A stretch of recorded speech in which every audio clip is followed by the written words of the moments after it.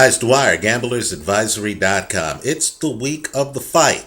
Froch against Lucian Bute in the United Kingdom. But before I go further, just remember the opinion you should follow should be your own. Just consider this video to be a second opinion from a complete stranger online. Now, I already have a video up on this fight. Let me just say this. You remember Ricky Hatton against Floyd Mayweather, right? Hatton, hard-charging type of fighter, practically a rhino. What Hatton liked to do, and you saw it in the Costa Zoo fight, is he liked to come in on you, back you up on the ropes, constantly dive in, constantly keep you on your back foot.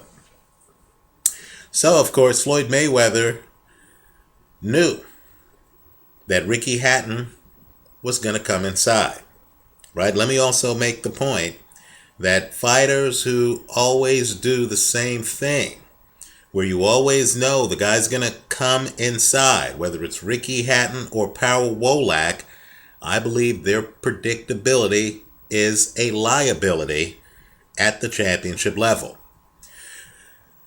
Well, getting back to Floyd knew Ricky Hatton was going to leap inside on him. So Floyd Mayweather, who has an excellent left hook and excellent timing, was able to literally time a check left hook so that when Hatton leapt in, Mayweather was ready.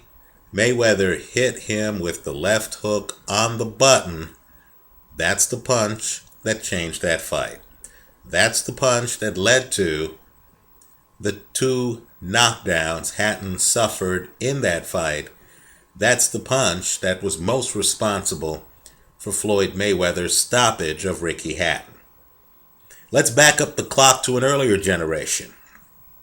You have one of the most feared punchers in heavyweight history. I understand if you look at the tapes, you wonder now if it was the punching power or the jab that really was the guy's forte.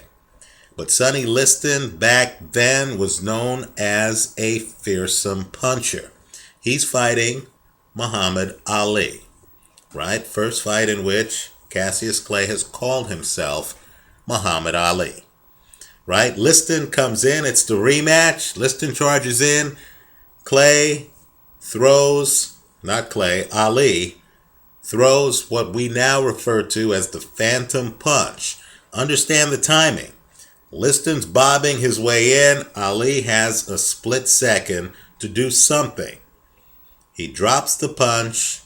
It drops Sonny Liston, right? Again, you need quickness. Let's not focus on hand speed as much as focusing on the reaction time, right? If you're fighting a fighter who has quick foot speed and you get the feeling that he can dodge your jab because of his foot speed, he can literally, no matter how long your jab is, you can be turned sideways like Froch. You can be sticking a long left jab out, right? If you're fighting an opponent who has underrated foot speed, who can literally drop his hands, but yet still not get hit with your jab, because the guy can literally just move away from you, right? Then you need to be able to throw something quick. You need to have the quick reaction time that Mayweather, that Ali type of quick reaction time. If the guy you're fighting can dodge the jab and then can literally be right here on you, right? I gotta have something to check you.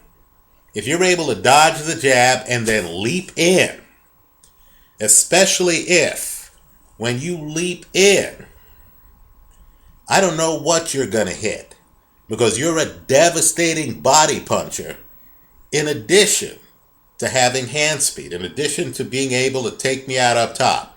So when you leap in, I have to be ready like Ali to just drop something on you that's going to keep you off of me. We had a recent fight, Karim Mayfield against Ray Serrano, right? Where, end of the fourth round, Serrano tries to leap in. Mayfield is ready, hits him on the button. Serrano goes down, right? That punch changed that fight. Let me point out, too, I had a pre-fight video up on that fight. It's still up on YouTube. Now let's talk about Lucian Bute. He really is talented. Understand that Bute moves awfully well. His foot speed is underrated. As long as Carl Froch's jab is, and as many times as Carl Froch landed that jab against Arthur Abraham, for example, I don't believe he's going to be able to land it on Lucian Bute. Worse yet, if you look at the Froch Andre Ward film, now granted, Ward fights orthodox, even though he might be a lefty. I don't know. But Ward fights orthodox. If you look at that Carl Froch film, you're going to see that Ward routinely is able to leap in with his left hand, right? Froch is here. Froch has his jab out. Ward is able to get right here on Froch and leap in with his left hand. He's able to hit Froch. Froch doesn't have anything to keep Ward off of him when Ward leapt in. Right? Understand, Froch, let's talk about Froch's punches. Right? Froch throws 2 straight punches that I know of. Right? He throws an excellent jab. He has a great jab. He also throws one of boxing's best uppercuts from distance. Right? Carl Froch can literally hit you with an uppercut and it's straight. Right? But in my opinion, and I know this is controversial, the rest of Froch's punches come with a loop. Right? Carl Froch has great power if you give him an opportunity to get momentum behind his punches. Take a look at his shootout with Mikhail Kessler. You're going to see that Froch, when he opens up, the punches have a loop. When he's throwing hard punches, right, the punches take some time to get there. He needs the loop to generate leverage, right? Understand it's taken him 34 years, or however old he is, to get the sense of balance that he has right now. He's not suddenly, between fights, going to stop throwing looping punches. So here's the problem. If Carl Froch is a guy who really needs space to land power shots, right? If he's not a guy who throws punches straight, Vladimir Klitschko, right? Klitschko will hit you with a jab, but when he comes with that overhand, it's straight. Right? He can literally hide the overhand behind the jab. I don't believe that's Carl Froch. I think Carl Froch is hitting you like this, then he's throwing, and the punch has to leave the frame before it comes back in and hits you. Right? So the problem is, because Froch's punches are long and not short, like Floyd Mayweather's check left hook, Ali's phantom punch. Because Froch needs room to operate against a quick-footed opponent who's not going to always be in front of you like Glenn Johnson, but who's going to be back away from you and then is going to box you. Bute's not an ambush fighter. He's literally boxing you from distance, then hops in and can throw. And keep in mind, whereas Ward fought out of an orthodox stance and had success with the left hand, Bute's actually left-handed, fighting out of a southpaw stance. So when Bute gets by Froch's jab and is right here on Carl Froch, he'll be right here on Carl Froch throwing power shots. That's the problem Carl Froch faces. What I want everyone to do early in this fight is to see whether Carl Froch is landing his jab. I predict he won't be able to. Right? It's to see whether Carl Froch is landing his jab, and then you should see whether Bute is able to get inside on Carl Froch, and whether Bute, as Teddy Atlas likes to say, has to pay for that real estate. When Bute comes in, is he getting hit with check hooks? Is he getting hit with short, straight punches? Can Carl Froch, on an opponent jumping inside, hit that opponent with short, hard, straight punches?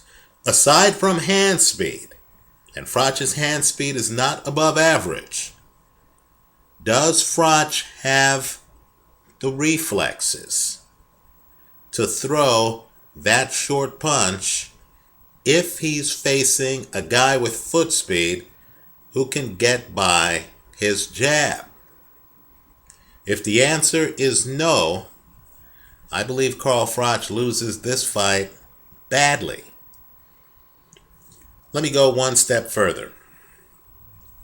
You know, if I had a twin and we were raised in different parts of the country, then if that twin fought me, in my backyard,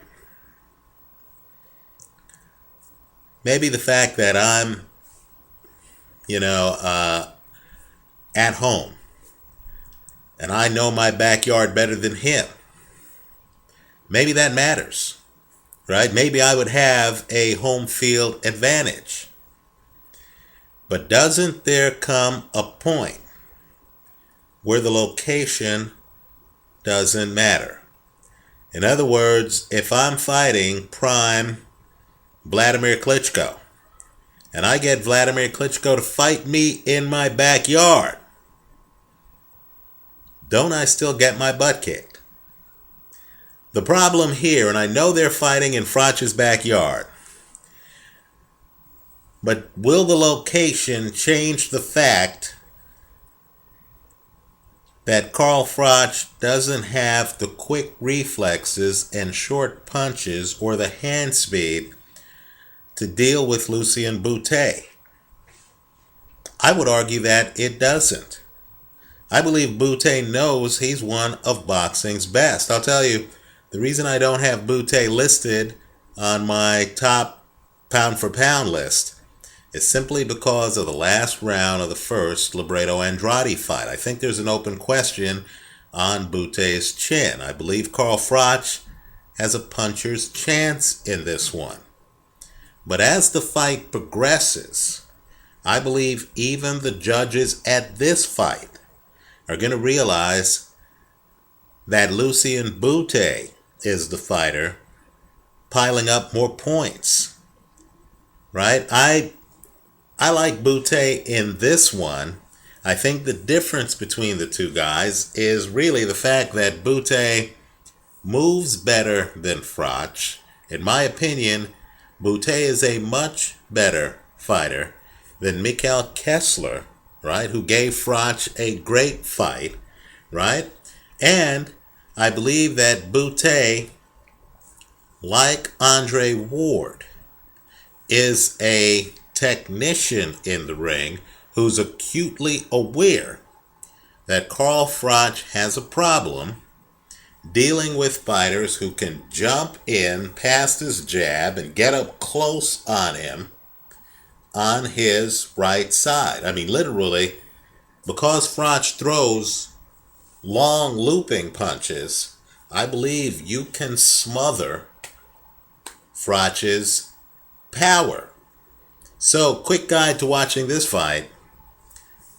Does Bute get hit with Froch's jab? If he does, I'll be surprised. Throw this analysis out the window. Right? I suspect he won't. Also, is Bute able to land hard lefts? Right? Understand, Bute probably punches harder than Andre Ward. Let me also say, too, that there's folklore going around that Bute hasn't fought anyone tough. Right? That's folklore. Because Bute certainly beat Sakio Bika, who I believe, style-wise, would give Carl Froch all he can handle. Right? Bute, of course, also fought Glenn Johnson. I would argue that the margin of victory that Bute had against Glenn Johnson, who also fought Carl Froch, was wider than Froch's margin of victory. Right? Also, Arthur Abraham, all I can say is Bute moves so well that I believe an Arthur Abraham-Bute matchup would have been as lopsided as the Arthur Abraham-Andre Ward matchup is. Right? So, even though the fight's in the UK, I actually believe Bute is favored for a reason. I like Bute in this one. Froch has a puncher's chance, but if this goes to a decision, even in Froch's backyard, throw the Andre Durrell fight out the window, I believe Bute wins a decision even in the United Kingdom. And let me also say this too. I know Froch has a great chin, but you're talking about a serious body puncher. Serious, right? Don't overlook the possibility that Bute is simply too fast for Froch. So fast that Bute might close the show. Bute's been knocking people out. Overlook the Glenn Johnson fight. Look at the Jean-Paul Mendy fight. Look at the Libredo Andrade rematch. Right? Bute now, by the way, defensively, drops his hands. He has a Floyd Mayweather type defense. All that does is make him even faster. I like Bute in this one, straddled against Froch by KO. I don't think Carl Froch can win a decision. I'm expecting Bute to dodge Froch's jab, to get inside, and then to start hitting Froch with some awfully hard punches. Let me know where you stand on this one. Leave your comments for me here online. Visit us at gamblersadvisory.com. Thanks for watching.